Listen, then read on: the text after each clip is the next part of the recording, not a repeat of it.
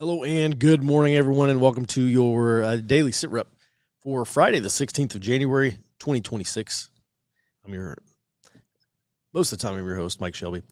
Big thanks to Jared and Robert filling in this week.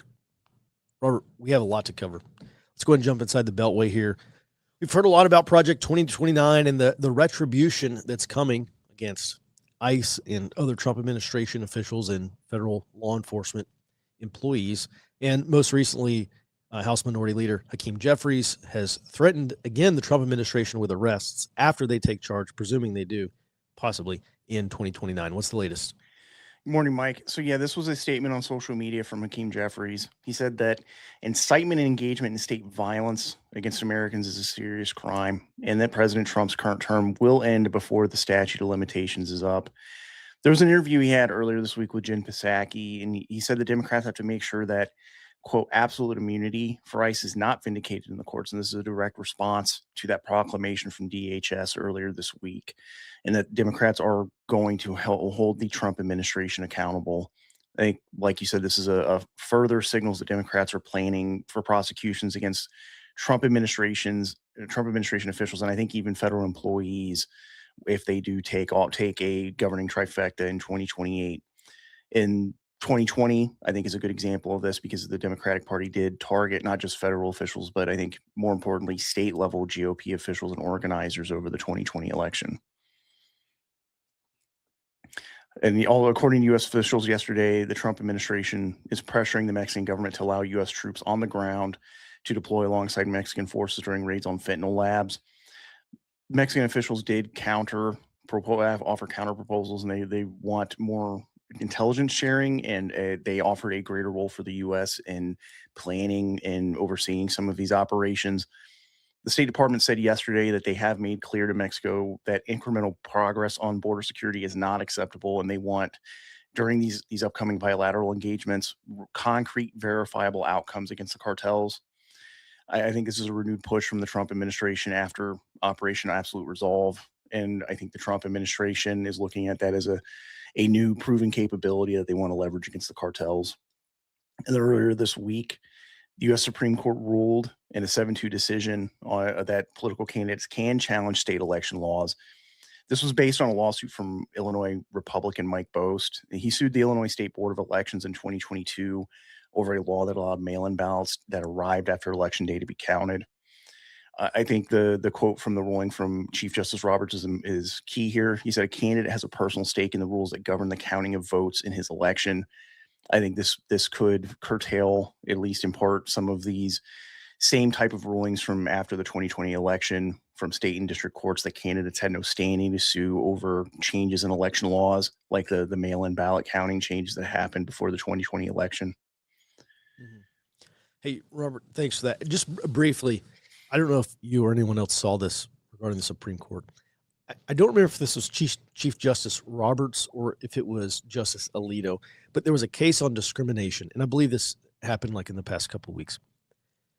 There was a case on discrimination, and during the questioning, one of the justices asked someone who was, I think, basically a discrimination prosecutor or someone from some anti-discrimination NGO about how you can prosecute discrimination cases if there are such blurry lines between what is a woman and what is a man, like gender-based discrimination. And he asked this attorney for if she had a definition of what is a woman, and she said, I do not. All right. And did you see that, by the way, Robert? No, not that specific one, but that is not the first time that I think there is a lawyer that works for the ACLU that has been arguing multiple cases in front of the Supreme Court about the transgender issues. That I think that's who that was in that exchange has had that problem in multiple cases, multiple hearings. Well, it's a fair question. How can you sue for gender-based discrimination if you can't even define what a gender is? All right. Thanks for that, Robert. Let's go ahead and move on. This morning I was reading a New York Times article. Thanks, Robert. I'll bring you back in just a sec. New York Times article about this group in Minneapolis, Minnesota, and it is called COPAL. It's Communities Organizing Power and Action for Latinos, COPAL. And I believe the founder of that, or at least a founding member, His name is Francisco Segovia. He's also, I believe, the founder of the Immigrant Defense Network. And he was talking in an interview, talking about some of the operational details of the COPOL and Immigrant Defense Network organization. I thought it was interesting. I'll pass it along. So these COPOL leaders are involved in immigrant rights education and what Segovia calls constitutional observer. So this group provides training. It's about 90 minutes long on how to observe ICE and how to document ICE activities. And they collect this information, including photos and videos of ICE agents and ICE enforcement operations. And they turn that information over to the Immigrant Defense Network. And they provide support like rent payments to families who if a husband or father or whoever is detained and deported, they provide rental assistance and then also legal assistance. And they said, Segovia said they work very closely with the ACLU. Speaking of the ACLU, COPOL also said they provide whistles and vests to observers. And this is one of the organizations. There's a lot of groups out there, and there are some groups that are involved in direct action where they actually actively try to intervene, like that was Nicole Good, whatever her name was. She was in one of those groups. She was in ICE Watch, and well, I guess I should say allegedly in ICE Watch. And they go out there and they try to use their vehicles to do these rolling blockades. And I think she was just parked out in the middle of the street for several minutes. And COPOL and Immigrant Defense Network is not one of those direct action groups. They are merely trying to sit back, take photos and videos, and then turn that over for any kind of civil rights or potentially civil rights abuses. This training sessions that they provide last about 90 minutes, and their last class included 300 volunteers, just to give you a sense of how many observers are out in Minneapolis. And it sounds like one of the things I've been talking about for several years now, and this actually goes all the way back to 2017, these rapid response networks. And the story that I tell the first time I actually saw this in action was actually at the campus of University of Texas in Austin.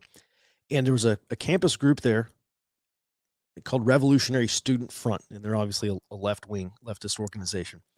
And they had a rapid response network set up, and you could sign up for text alerts. And so what happened was anytime anyone in this network saw, remember, this is 2017, so you still have these kind of like white nationalist groups doing these rallies and stuff. And Patriot Front was one of those groups. And Patriot Front held a flash mob, basically like a flash demonstration on campus. And in probably like 10 to 15 minutes, someone saw them, texted probably a photograph or sent a text message to the Revolutionary Student Front's Rapid Response Network. And within 10 or 15 minutes, you start having these militants and counter demonstrators show up. And Patriot Front ended up leaving very quickly because the cops also came. But that's the first time I saw that. I said, this is actually a rudimentary intelligence system they have set up. See something, say something. And that idea, is not new, but it really has blossomed. So at any rate, there are probably thousands at this point, thousands of volunteers in Minneapolis who are involved in these kinds of, at least see something, say something, and these rapid response network demonstrations. At any rate, a direct quote from this interview, Segovia says, quote, in just a matter of minutes. So he's talking about after being alerted to ICE activity. He says, quote, in just a matter of minutes, you can see 30, 50, 100 people coming to witness and chant, saying various things to ICE agents.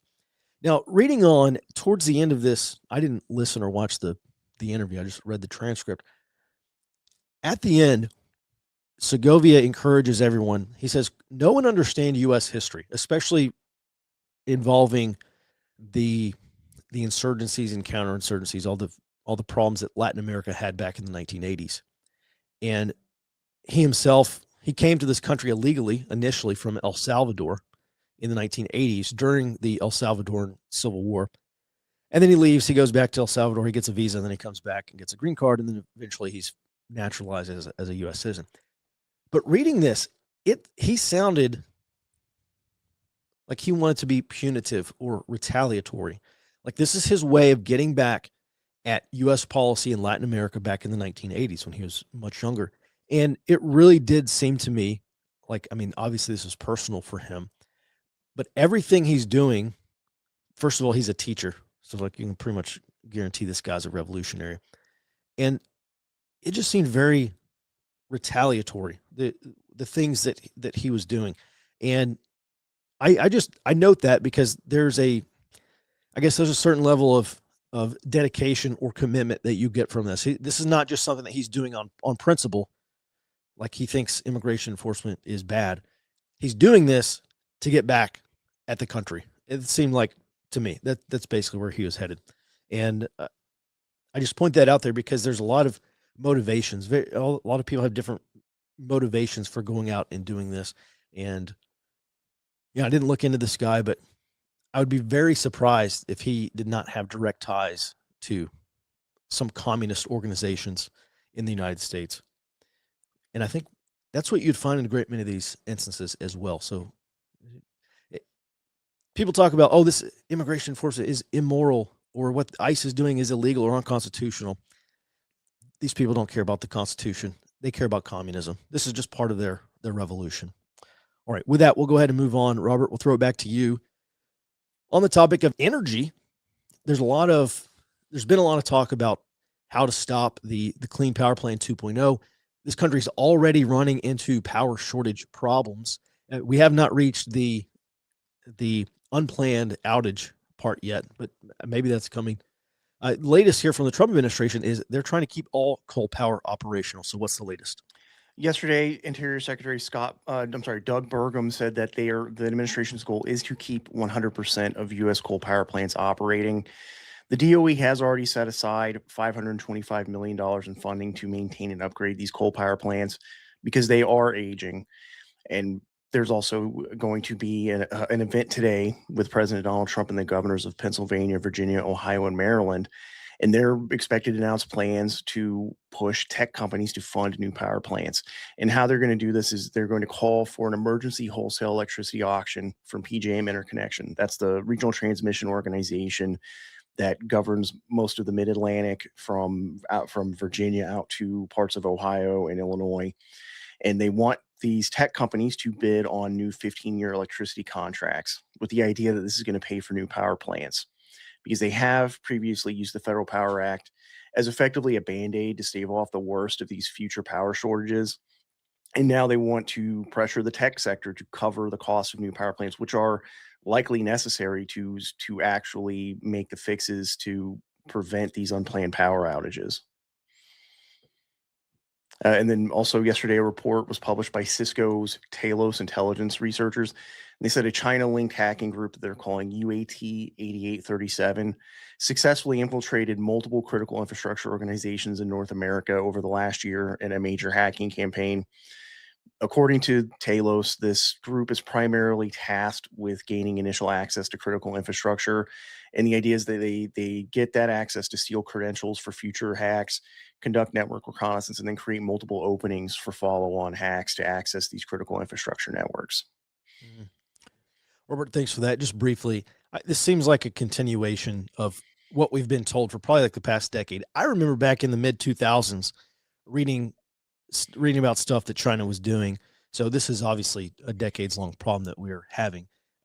I mean, I obviously can't go into it, but highly classified reports about vulnerabilities and exploitation of our and also what were then called, I'm not sure if they were called APTs yet, advanced persistent threats just yet. I think that was more of an emerging threat initially, and now it's persistent, obviously. But is this anything new from what we've from previous reports, Robert? Yeah, I think in this case, it's part of a new campaign to gain greater access to these critical infrastructure. Not just U.S., but they said the whole of North America. I think they're including also Mexico and Canada in this, and that this is trying to gain greater access to critical infrastructure, because there has been this back and forth between the U.S. and ostensibly China-linked hackers over that. I think right at the tail end of the Biden administration and the beginning of the Trump administration, officials were claiming that they kicked Chinese hackers off of U.S. critical infrastructure networks. And I think this is evidence that that did not happen. Mm-hmm. All right, very interesting.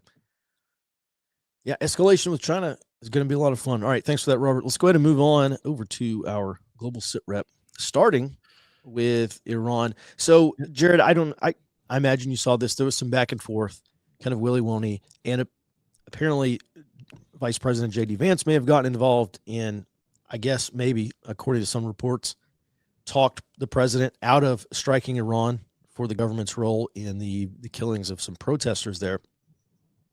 And now, this is just typical Trump fashion.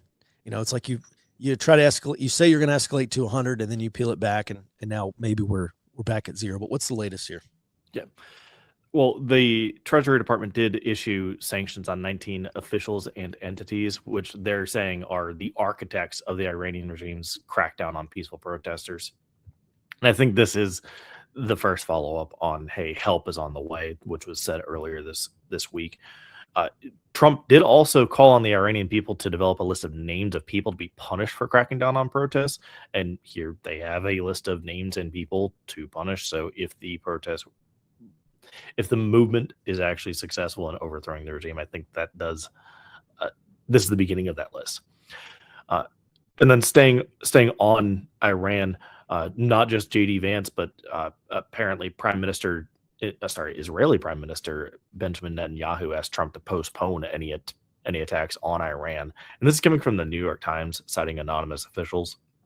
They also claim that numerous Arab nations reached out to the United States and Iran to refrain from exchanging attacks due to the fact that Iran would, more than likely attack someplace like Qatar. Yeah, certainly. And yeah, I think they actually were very concerned about that. On the topic of Iran, so Helen, by the way, good to see you in the chat. Jared, if I recall correctly, was it the EWO? The EWO was down in the Caribbean, correct? Yep. Okay. And then the Navy brought a carrier strike group from the Mediterranean down to the Caribbean. Yep. The Ford. Yep. Okay. The Ford. All right. Do we have a carrier strike group anywhere in the region since the Ford left that AOR and went down to the Caribbean? The Abe Lincoln is en route. It was in the southern part of the South China Sea, so it's only a few days away. And okay, gotcha. You can really start reaching out much sooner than that. Okay. All right. So potentially, as Helen says, quote, just waiting on the ships to get in position 6 more days. Presumably, we'll have a carrier strike group in the AOR next week, and we could potentially see some action potentially. Yes, and we have ships stationed in the Persian Gulf as well that have strike capability. So if things really get bad in the next day or two and this carrier strike group's just not there, there is a team available to respond.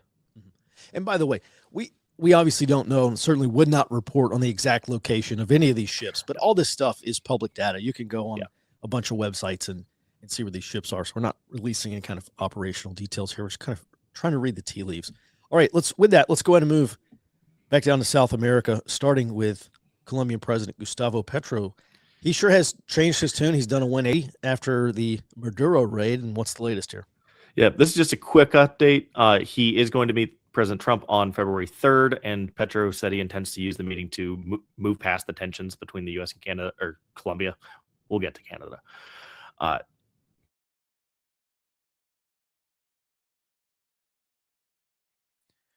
Sorry, guys. Ordered her electoral body and the national police to transfer power to President-elect Nasri Asfira. She also called into question the integrity of the election, but said she would not stay past her appointed time, just that people should protest electoral fraud, as she called it. All right, I don't know if it was you or me, but I think you cut out there. So we're talking about Honduras. So Honduras back in, I think it was maybe October, November, had their elections. The Trump endorsed candidate won by maybe a percent or something like that. It was a very close race. And Xiomara Castro said it's U.S.-backed election fraud, basically saying Trump stole the election for this guy who's the conservative nationalist candidate. And there was some question about whether the leftists in Honduras were going to put up any type of fight. And so for now, it just seems like they're going to allow him to take over. And Latin America is going to get another, at least ostensibly right-wing president. Yeah. And it is important that she ordered the electoral body and national police too, because they have this weird quirk where actually the security apparatus goes under the electoral body between election and inauguration. So that is actually the government right now. Interesting. All right. With that, let's go ahead and move on to U.S. and Japan. All right, this is part of an ongoing shift we've covered. They are moving. The U.S. and Japan agreed to move their joint exercises down to the Nansei Islands. Those are the islands that are disputed between Japan, Taiwan, and China, and they're also the ones for Japan most likely to come under attack if the Chinese were to blockade Taiwan. I think this is very important because it basically puts a lot of Japanese and American assets within striking distance of any potential Chinese blockade, not just China attacking the islands, but the islands returning fire to China. And it does allow them to at least somewhat protect Taipei, the obvious crown jewel of the blockade for China. And lastly, we're going to talk about Canada.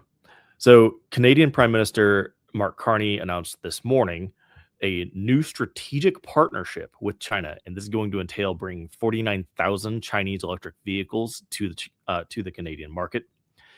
They intend to reduce tariffs from China on Canadian goods, and Canada intends to increase its exports to China by 50% within the next 4 years. China is also expected to bring car manufacturing to Canada, including electric vehicle manufacturing, which I think plays very, very strongly into the critical infrastructure issues that we were just covering. And one thing to note is this seems to have come basically out of nowhere. This is the first Canadian Prime Minister's visit to China in 8 years, over 8 years. Jared, I saw where Mark Carney said that this new strategic partnership with China, and this, I believe, is a direct quote, quote unquote, sets them up nicely for the next world order or something to that effect. That was a very, very close to a direct quote. The next world order. Obviously, Carney and Trump are not seeing eye to eye. No. Strategically, Canada is a very important country. But this, I would say that Canada's relationship with China is far more important than Venezuela's relationship with China, although they're different. My question a little more broadly is we have USMCA coming up. It's going to be renegotiated this year. Trump is obviously going to play hardball. This is not going to sit well with the administration. The Trump administration is trying to build Fortress North America. Canada is part of North America. So is Mexico. We have some very difficult partners to deal with. Not only Mexico with the cartels, but now the Carney administration, and we start calling it the Carnage administration in Canada. What are some tools? Where does the U.S.-Canadian relationship head from here? And I get messages from Canadians from time to time. Most recently, one was from Alberta that was talking about basically the secessionist movement in Alberta. And I think they have some kind of referendum or something like that coming up.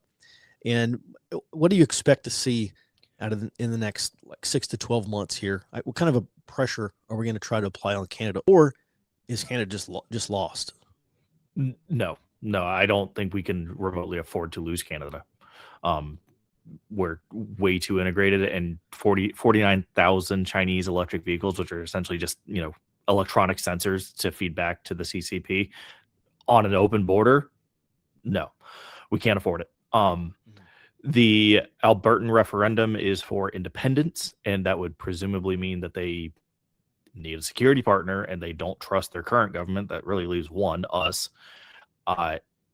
In the past, we've said not likely, don't think it's going to happen, but at the end of the day, it is easier for a Canadian state to secede than an American state. So I think this could push them into it, particularly because Alberta is not a big fan of China. They are they're farther to the right than Mark Carney, but they're not like an American right. I think that could push it. I think that could push it over the edge, where they say, no, we want to leave. We do not want to be part of this. And Alberta is critical for Canada's oil production. They own like 40 to 50% of it, with the other one being Saskatchewan. Mm-hmm. But frankly, I think we're going to see push there. And we can't forget that Canada has a parliamentary system. I am not sure that the U.S. government would do this, but if they wanted to push for a no confidence vote, we're on hops on Canada. It is all. Do you mind if I bring up a map real quick? No, I don't mind. Go ahead. Yeah, and listen, a lot of things are going to change over the next 10 years as we really are in the transition here from one world order to the next. Mark Carney is 100% right. There is a new order coming. The question is exactly what that looks like, and part of this transition from the previous Pax Americana, or whatever you want to call it, from the post 1945 rules based international order to whatever the heck we have coming now. I think we're getting some glimpse of what this could be. We probably are looking at a lot of political boundaries being redrawn. All right, go ahead, Jared. So we bring this map up basically every time we talk about Greenland. Hey, this is about securing the Northwest Passage because the Arctic is opening up. Well, if Canada decides to switch sides, the U.S. is not going to give this up. They're not going to allow China to have inroads into, 80% of the Northwest Passage? It's not going to happen. This will lead to probably not just tensions, but actual action on Canada to prevent the Chinese and the Russians from entering into this sphere.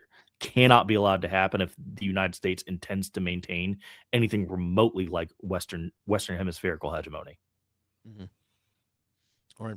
Well, this seems to me like it's going to be another cause, or another rallying cry, or something to organize around in the United States. I mean, Jared, if the Canadian government does continue to pivot towards closer and better strategic relations with China away from the United States, it seems like the United States is going to have to get involved at some point. Otherwise, this whole Fortress North America, let's harden the Western Hemisphere. Don't forget Monroe Doctrine. Yeah, it's going to have to be saved, which probably includes, maybe it's a little more carrot, maybe it's a little more stick, but something's going to happen. The administration's going to have to solve the Canada problem eventually, right? Yeah. It seems to me. Okay. Yeah. All right. Thanks for that. Let's go ahead and move on to our Homeland Ops briefing now. Robert, please go ahead. Border Czar Tom Homan said he's going to meet with President Donald Trump today to discuss invoking the Insurrection Act in Minnesota. There has been a response from Minnesota officials. Attorney General Keith Ellison said that he would challenge Trump's order in federal courts if the Insurrection Act is invoked. I think right now this could be a pressure point on Minnesota and Minneapolis officials. I think last night, Minnesota Governor Tim Walz came out asking for Trump to turn the temperature down. And there are reports that he has been reaching out to lawmakers to try to get into contact with the Trump administration. And I think the point of this is to get Minneapolis and Minnesota officials to start cooperating with the federal government, not necessarily to enforce immigration law, but to get Minneapolis PD and the Hennepin County Sheriff's Office to actually respond to some of the unrest, protests, and demonstrations that are going on. Because there are some independent journalists on the ground that said that the local authorities have not responded to calls from ICE and other federal agents to provide assistance. I do think that if Trump does invoke the Insurrection Act, he is likely going to have to do it for every future federal surge, because I think that the anti-ICE groups and the Trump Resistance 2.0 is going to interpret this as the Trump administration making a weak move, and that there's an iterative game going on. I think at a theoretical level, where the Trump administration has set a line with Operation Metro Surge, and they're slowly moving that down and constraining the type of activity that is seen as acceptable by the federal government. And if they invoke the Insurrection Act, I think this is actually going to embolden some of these anti-ICE groups. Mm-hmm. Remember, I told everyone last September or October said this about Indivisible, which is the country's largest protest organizing group. Said they're going to take the winter off. They're going to have their No Kings 2.0 protest back in October. They're going to take the winter off. They're going to come back in the spring. Tongue in cheek, back then I call it the spring offensive. But these groups have been focused on training and organizing heretofore all winter long in preparation for a ramp up in activity starting in March. And we are going to see two things converge. That ramp up, pushing people back out into the streets at a national level, and then also this increase in ICE operations and really a larger operational footprint across the country, because we have these 10 to 12,000 new ICE agents, at least allegedly, being pushed through the pipeline and then effectively being deployed to these cities. So this spring and summer, you think Minneapolis is bad. And it's not just Minneapolis, of course. It's, it's been Chicago previously. It's been LA, a bunch of cities. But I think everyone should be preparing for basically like 5 to 10 Minneapolises.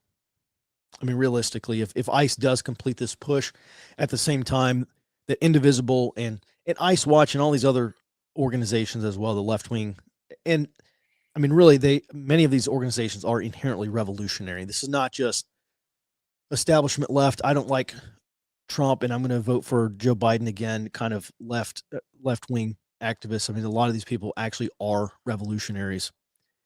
And so that's what we have to look forward to. Hey, on that note, by the way, we have the new Forward Observer breaking news and intelligence platform up for beta testing. Sorry, I forgot to mention this. This has been built because of what I knew we were going to start seeing in March, this ramp up. And this is a way for users to get online, see what's going on, and eventually we'll be monitoring many cities. So if you live in that area, you can look at that city and see the latest that's going on. And some of it is AI enabled. Of course, that the AI is going to help us find information, and then it's going to be up to us, and not just the Forward Observer team here, Robert, Jared, Archer, myself, not just us to help figure out what's going on. We're going to push that information down to you at the local level, because you know these cities way better than I do. And we have a lot of people in Minneapolis, a lot of people in big cities. And we want to push that information down to you so that you can see what's going on, so that you can assess the situation. We are going to give you the data and the tools to do that on this new platform. That's what makes us unique from literally everybody else out there. And I'm really looking forward to that. We've been beta testing it. Actually, I just showed Robert and Jared the new site yesterday. We're going to start adding some of our members who are here, our power users, basically adding you to the site. And actually, let's do this. Don't do anything yet. I'll create a web form where you can sign up so you can get beta access. At any rate, we're going to beta test it. And Rob, right now, our CTO, has been building the live intel feed dashboard. So we will have breaking news and live updates 24/7. And I'm really excited to get this up and off the ground, because we need this. We have to have this. It's way more reliable than Twitter or Telegram. Of course, it's going to be passing through a human lens as well. We're going to beta test that all next week. And then by the end of this month, we'll get this up and running. And so everyone, thanks for being patient. We're in the last mile, effectively. All right, Robert, thanks for standing by. With that, what else do you have? So there's a report that Palantir is working on a new app for ICE called the Enhanced Leads Identification and Targeting for Enforcement app. Effectively, this allows ICE to identify and prioritize high-value enforcement targets in target-rich areas. It populates a map with potential deportation targets, provides a dossier for each individual on that map, and a confidence score of their immigration status. There was some court testimony from a case in Oregon in December that was previously private that shows that ICE has already implemented this app in some operations in Oregon. And I expect this to supercharge effectively ICE operations as it's implemented more widely, because they effectively get a heat map they can use to go after some of these areas where more targets are at. They pull from multiple sources, including Health and Human Services. And this is part of this new ICE technical surveillance effort that we've been reporting on, which has included contracts for skip tracing and social media surveillance. There was also a new deputy ICE director appointed. Homeland Security Secretary Kristi Noem said that the ICE's principal legal advisor, Charles Wall, is going to replace the outgoing ICE deputy director, Madison Sheehan. Wall has been an ICE lawyer since 2012 and has been their principal legal advisor through 2025. I think this is going to be a stronger, effectively second in command at ICE, and another likely indicator that the Trump administration is not backing down from this operational ramp up.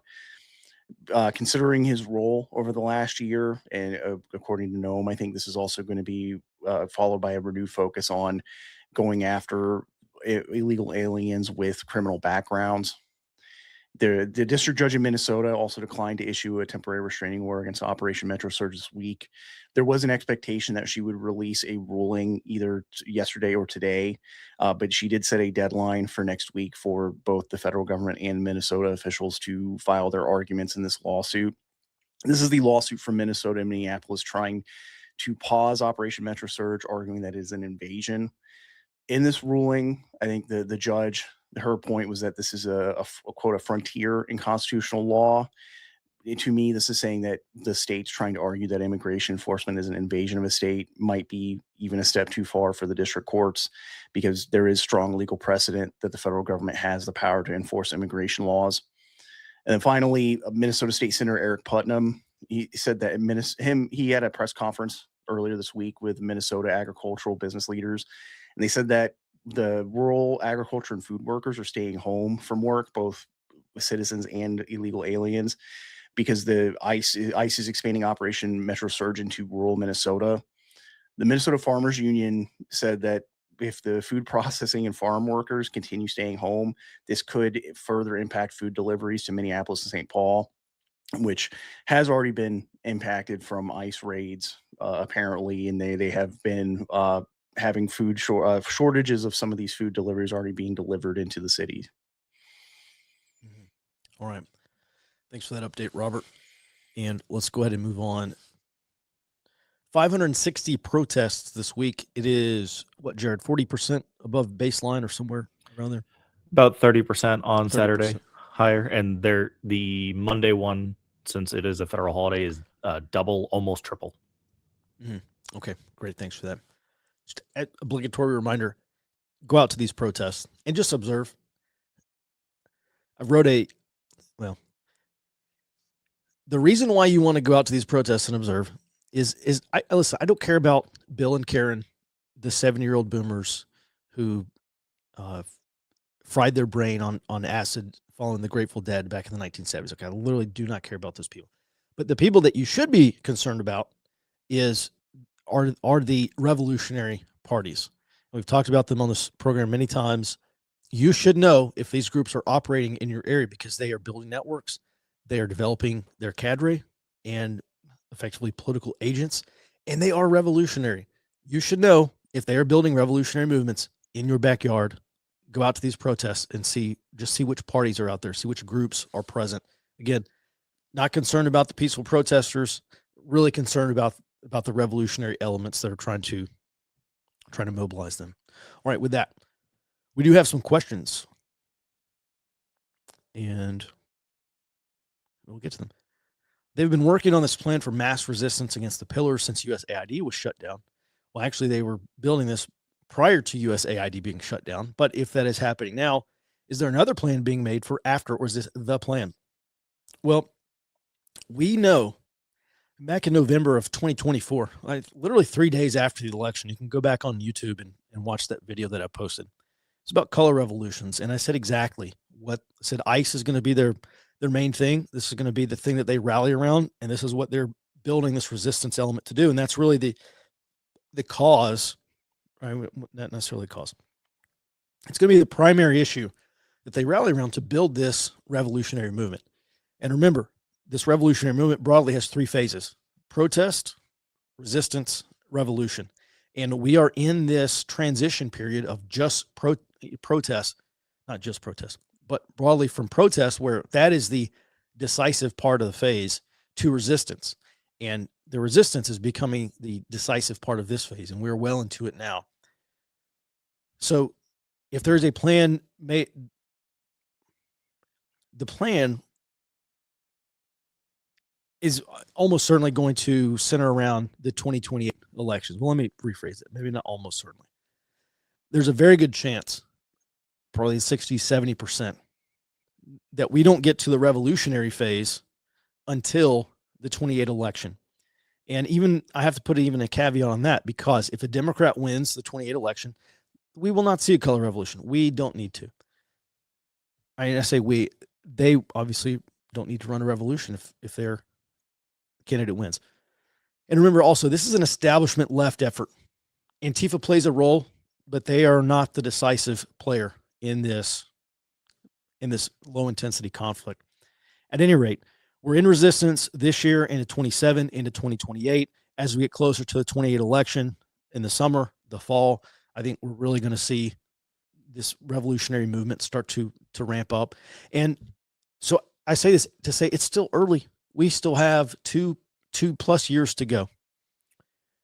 In terms of the plan for after, when you do remember, 67% of the 9 classic color revolutions have coincided with national elections. And so what happens is they develop a government in waiting or a shadow government, one of the two, but you have this group of people who are willing to and capable of stepping in to fulfill the role of the government.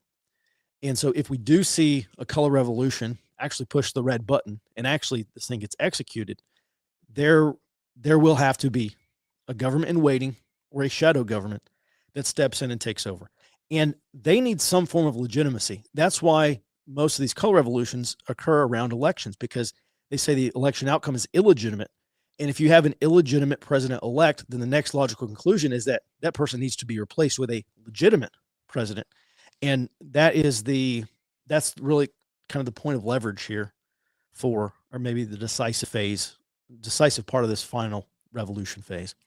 So that is the plan up until 2028. The November 28 through January 29 TBA, they may not even exactly know what it is yet. So there's still a lot of baseball left to play here before we get there. So that's generally the plan. And I hope that answered your question. Next question is, can you comment on the National Endowment for Democracy funding that just passed the House with large Republican backing? What is the motivation of 81 Republicans to vote for controversial funding that benefits Democratic chicanery? Well, Robert, we'll bring you on as well. So the National Endowment for Democracy, I think many Republicans do believe that they have a legitimate mission, and that is to go into countries and promote democratic governance. And I think there's another group also called the International Republican Institute. And these two NGOs and others like it, they get funding to go into these countries. And I would say at least some of their work is legitimate. And I think, being gracious, that is the part where some of these Republicans say we need to continue to fund that. Now, the other part is that everyone knows NED is a vehicle for color revolutions abroad. Robert, how do you think some of these Republicans see that? I mean, do you think some of them voted because there are some legitimate parts or legitimate missions that are fulfilled? I do think that's true for some Republicans, but from what I'm seeing from both Democrat and Republican leadership in Congress is they are doing whatever they can to avoid another shutdown in 15 days. And so this is part of the deal making that goes on to get these must pass spending bills through both the House and the Senate. But from what I can see, both I think Hakeem Jeffries and Chuck Schumer have explicitly said they are not going to push for another shutdown. So this is just part of the negotiation to get these bills passed. And the Republicans also, I think they are worried that of the public perception of dysfunction of the Congress, so they don't want to use continuing resolutions anymore. So they're making deals to actually get the full spending bills passed by January 31st. Mm-hmm. Yeah, and I would also say the U.S. may risk another credit downgrade from Moody's, Fitch, or S&P, which would not be good for treasuries. So that it's probably another kind of strategic implication that's looming regarding another government shutdown. Robert, excellent point, and you probably are right. This probably is some jostling. All right, given the insurgent activity by the left, what does the team think of the likely avenues the administration can conduct in terms of counterinsurgency operations to dismantle these networks? Okay, well, Brian, great question. We have seen, and even back probably 6 months ago, I told everyone, because someone connected to the administration told me they are working. There are think tanks that are working on this plan to go after these left-wing revolutionary groups. I didn't doubt that at all. This has to be done through legal means and legitimate and credible means as well. I think part of the reason why we're not seeing more done against protest groups is because a lot of these protest groups, they're just protesting at this point. Now, maybe you can say that there's conspiracy to do more, which absolutely there is, but it would not be a good look for the administration to just start arresting protesters. Typically in counterinsurgency, the root cause of an insurgency is an aggrieved population. Some people in a country have a grievance, whether it's legitimate or contrived, it does not matter. Something that animates them to come up for an alternative form of governance. And so I think in this case, what we're seeing is very, very clearly to me, these groups are trying to protect their future party constituents. There's obviously going to be, or was intended to be, a pathway to citizenship or amnesty for 10, 20 plus million illegals in this country. Very clear. That's exactly what they were doing. And so I think this conflict right now, this low intensity conflict, really is aimed at protecting that constituency and getting them to hold out for potentially 29, where maybe we will see a big blue wave. And then at that point, when Democrats have the House, the Senate, and the White House, we will see amnesty or pathway to citizenship. And then they're going to be voting and flipping deep red states like Texas blue. And I'll tell you, we are certainly not going to stand for that here in Texas. So, it's kind of a complex answer, but in general, a lot of people say go after the funding.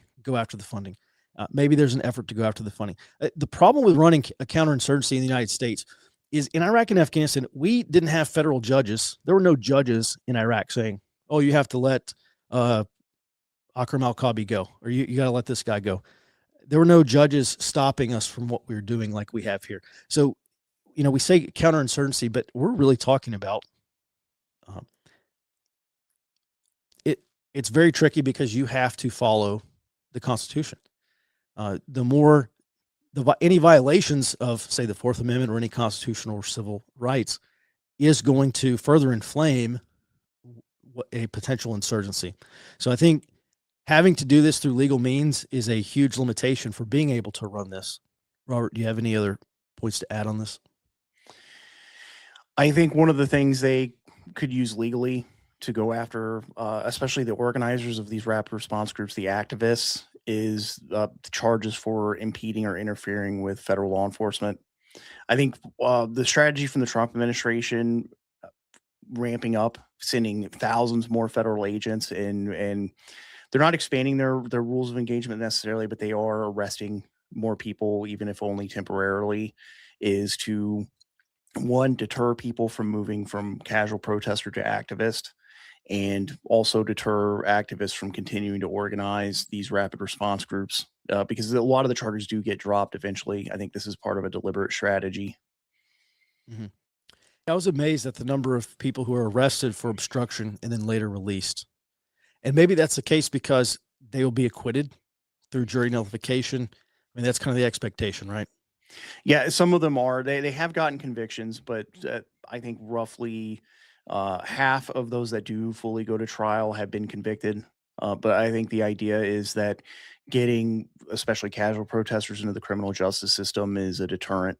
It is a deterrence because that can affect normal people who are not ideologically committed. That can be disruptive, even temporarily. Mm-hmm. Well, I think that's a fair point, because the reason why they start with protests is because that is the activist base. I mean, that has to be the base of any color revolution movement, is the protest. And a certain number of these protesters are going to be willing to take greater risk. Protest has mass appeal. I mean, this is a national pastime for these people. They will get out and hold a sign and yell and scream on a street corner. And many of them will say, I'm not doing anything more than that. Anything above that is a risk I'm not willing to take. But you will have some who do want to do these kind of direct action demonstrations, what they refer to as direct action, and impede federal law enforcement. And Robert, that's a fair point. I think there's an argument maybe on both sides to say federal law enforcement should just be arresting everyone for obstruction and charging them. at some point, on the flip side, at some point, you're going to have New York Times headlines and, whatever. I'm not saying New York Times headlines like they matter, but in terms of radicalizing more people and reinforcing this narrative that the left is up against this fascist dictatorship, when they start saying, oh, 1,000 protesters were arrested last month, I think that's a strong headline, and it's inform and influence. They're trying to propagandize people into believing that just these random protesters are being scooped up and thrown into prison, it's not the case. So these people are actually violating federal laws here. So it's going to get ugly. It sure seems like. I mean, there's no easy way out of this, and it seems like the left is far more prepared to go through this than the administration is.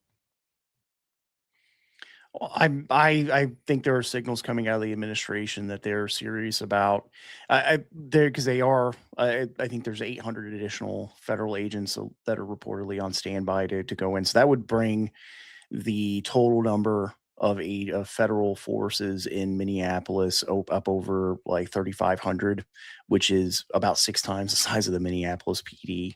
And I think that is also part of deploying these people, this large amount of federal agents in, is that it is putting pressure on Minneapolis authorities, Mayor Jacob Fry, to respond, because it shows that they are. Well, I think this is a part of a messaging strategy to show that, well, the actual people enforcing order in Minneapolis during unrest is the federal government, the Trump administration, and local authorities are basically abiding unrest by not allowing their officers to respond for calls for help or to any of these direct action demonstrations. Mm-hmm. Robert, at what point will ICE declare victory in Minneapolis? I can see this playing out. Many people on the left, including the DNC chair, Martin, whatever his name is, said, and Hakeem Jeffries and other people have said this, the Trump plan is to go into these blue cities and stay there, basically just camp out and continue to run these disruptive enforcement operations through the midterms, hoping that decreases voter turnout, hoping that fewer people go out and vote in these blue cities because that will help Republicans in the midterms. That is their accusation.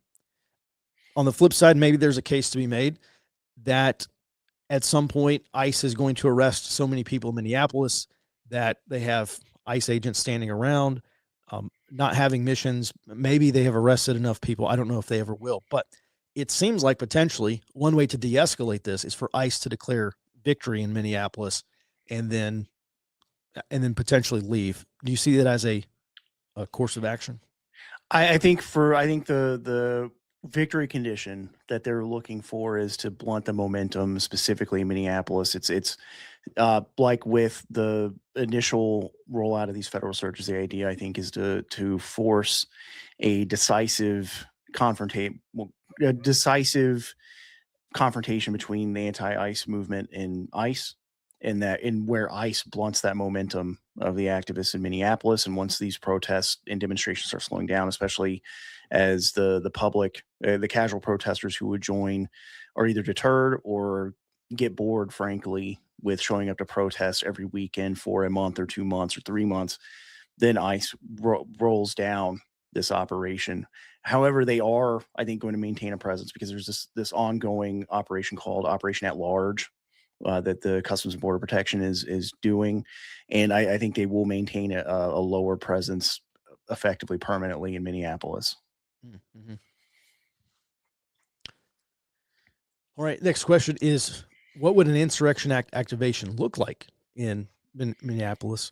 How far-reaching would it be as a state employee in a security setting? What, if anything, should I expect to see? Well, it would necessarily include the deployment of active duty, some active regular component of the military, whether that's Marines or one of the Army companies or battalions that are tasked with military assistance to civil disturbance. Robert, what would you expect to see other than troops on the streets? Here's one big thing. So much of the ICE effort in Minneapolis, I mean, you see these enforcement operations, and there's like 2, 4, 6, maybe a dozen ICE agents trying to arrest someone. And then you got 20 or 30 ICE agents standing in a line protecting the people who are protecting the agents doing the ICE operation. I think that seems to be the most likely mission or role that regular component, like an Army or active duty Marine Corps unit, could step in and do, protecting ICE agents as they conduct these enforcement operations. But would you expect anything beyond that? I think it could look like the 91 LA riots when H.W. Bush invoked the Insurrection Act. So you would have military on the ground, probably curfews of some kind. And under the Insurrection Act, the active duty troops that are deployed would be able to make arrests and then turn over people to law enforcement. So you could see them directly supporting law enforcement operations. Though I do think it would be much smaller scale. I mean, 3,000 ICE agents. I don't think the Trump administration will be able to deploy 3,000 military personnel within the short term directly into Minneapolis. So it would still probably look primarily like ICE operations ongoing now. Mm-hmm. Also, yeah, Mayor Fry said yesterday, the day before, that ICE operations in Minneapolis, he said they're not quote unquote sustainable.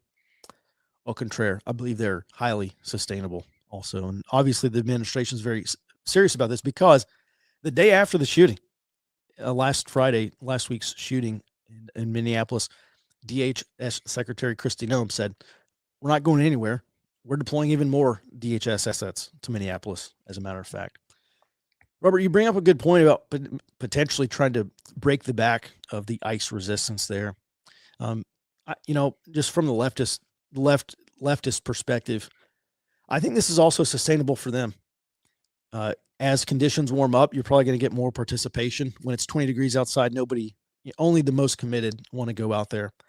But like we saw in Portland, you remember when federal law enforcement, I think it was U.S. Marshals or Bortak or someone, they were pulling these Antifa militants, like kind of the ringleaders, pulling them out of the crowd and arresting them. And there was one video of one being thrown into an unmarked van, and the van took this guy to the police station or wherever he went, jail or whatever.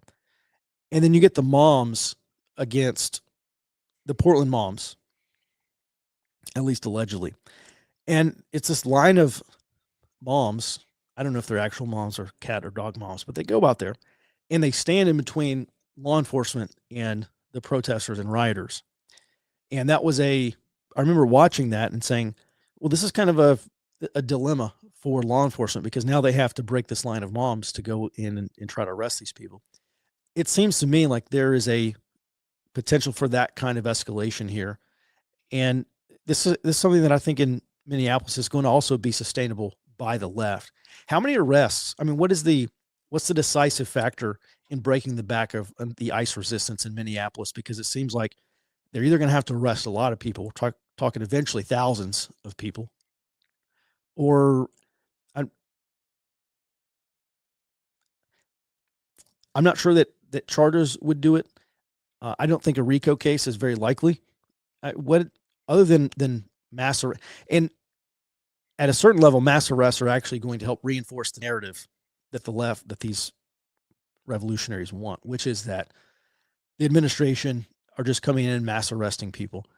And then you run into the problem of jail capacity and some other things. So I guess I'm having problems understanding exactly how the ICE resistance may be broken by sustained ICE operations in Minneapolis. I think the idea would be effectively setting a new status quo. So with the American body politic, right? So the status quo now is that these anti-ICE movements, the rapid response groups, they can effectively disrupt ICE operations with it at this point in relative impunity, and getting surging ICE agents and other federal agents into Minneapolis, and showing that that the Trump administration is not going to be deterred by the anti-ICE resistance, because in Chicago these groups did effectively claim victory as Operation Midway Blitz went on a pause. And I think the idea is to set that new status quo. So set a line of acceptable activity.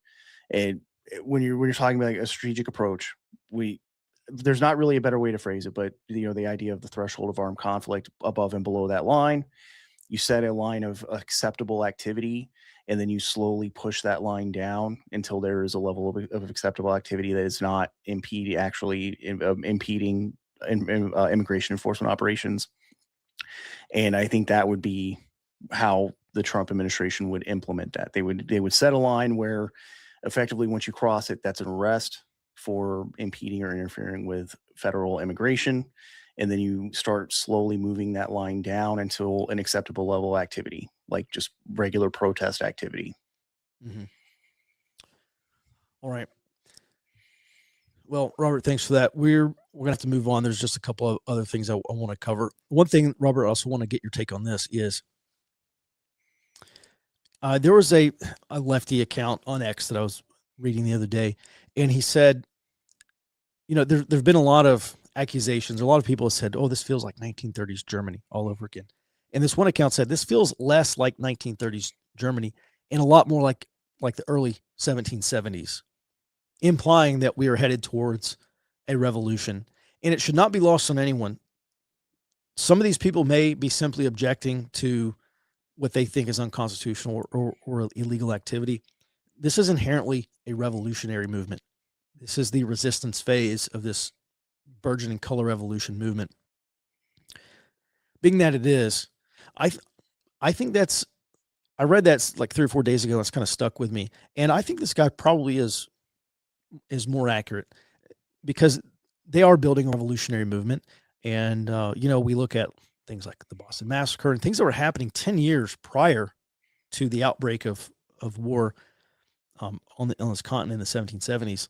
And it seems like we are passing some of these accelerationary events like last Friday with that shooting. Robert, do you think, and by the way, these people aren't the only people who have said that we're in like a 1930s situation. I mean, Ray Dalio has also mentioned that as well. And what do you make of that, 1930s or 1770s? Well, if we are, I don't think it's entirely inaccurate because as far as I can tell, there are a lot of especially when you get to the more militant far left are and have for a long time been pushing for revolutionary conditions.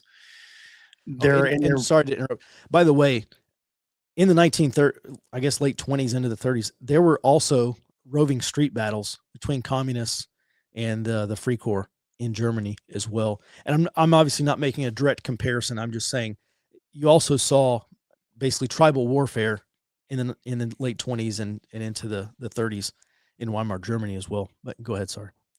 But so there was Harper's Ferry shortly after the establishment of the U.S. government. It was put down very quickly. That's one of the first invocations of the Insurrection Act or the use of U.S. military forces on U.S. soil.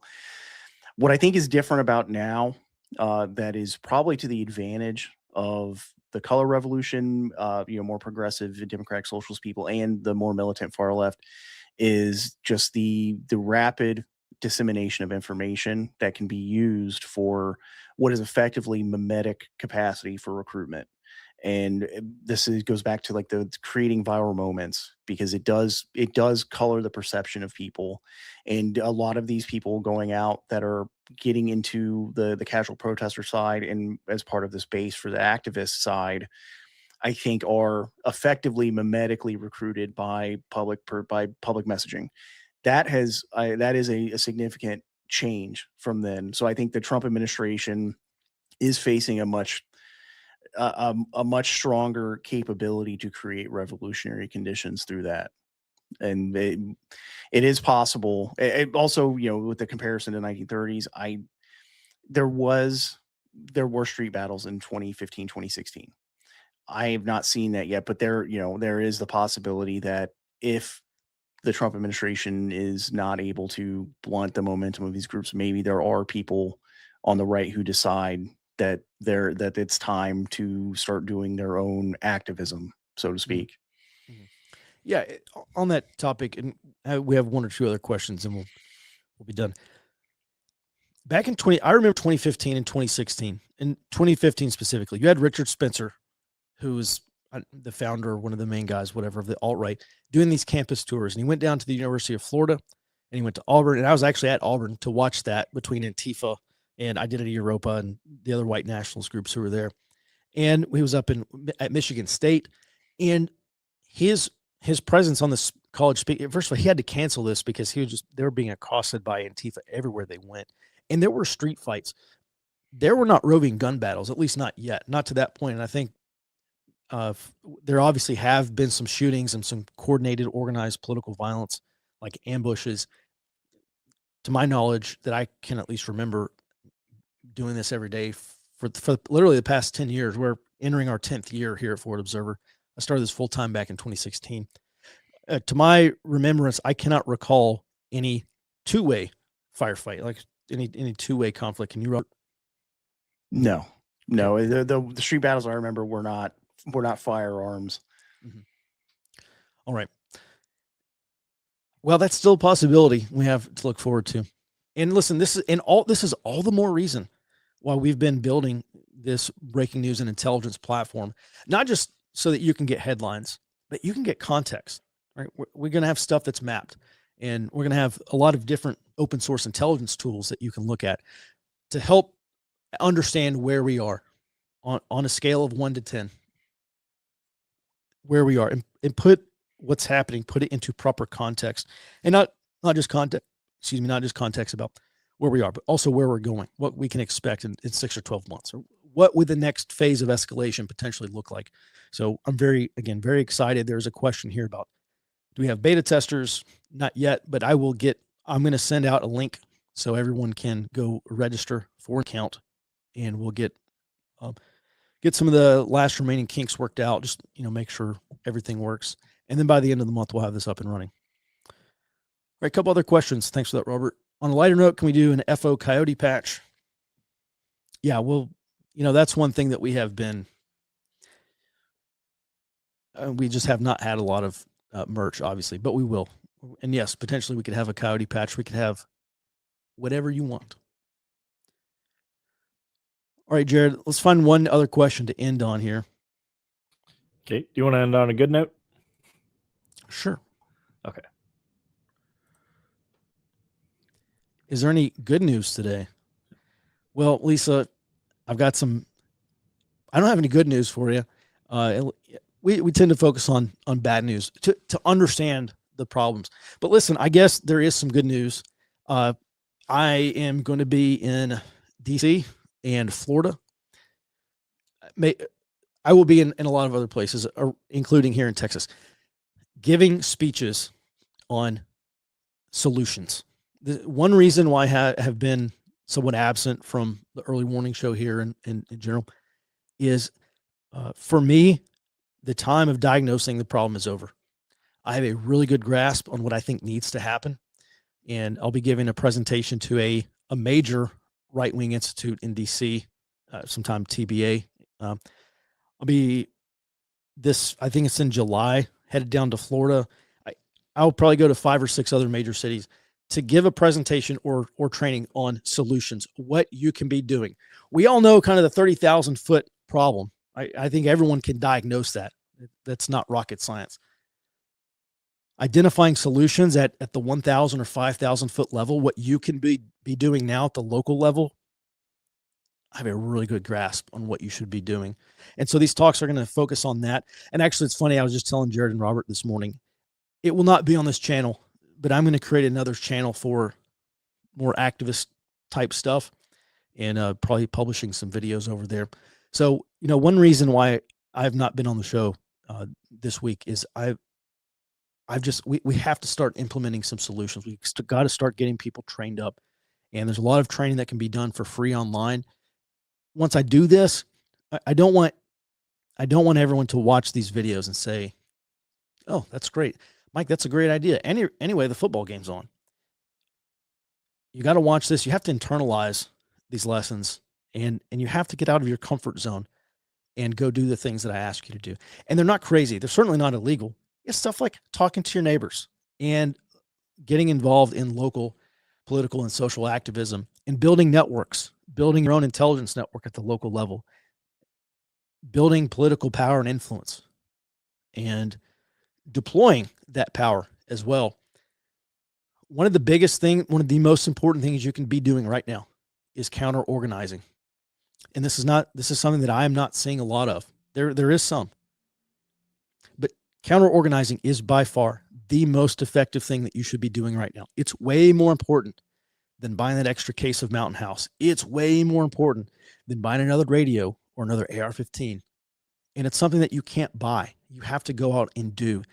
And it's so funny to me because I see these comments online, and I know online's not real life, but all these comments saying, well, we no longer have the soapbox or the ballot box, and we've got to go and do the last box, which I'm not going to say. And it's, man, these people cannot be bothered to get off their couch and go talk to their neighbors, but they're going to go kit up and grab their AR-15s and go risk their lives for whatever they think they're going to do. Guys, we don't have to get to that point. We don't. There is a lot of latent political and social power on the right that we are not building because we have not yet adopted that mindset. And maybe we won't, but we should try, because soft power is, in most cases, extremely powerful.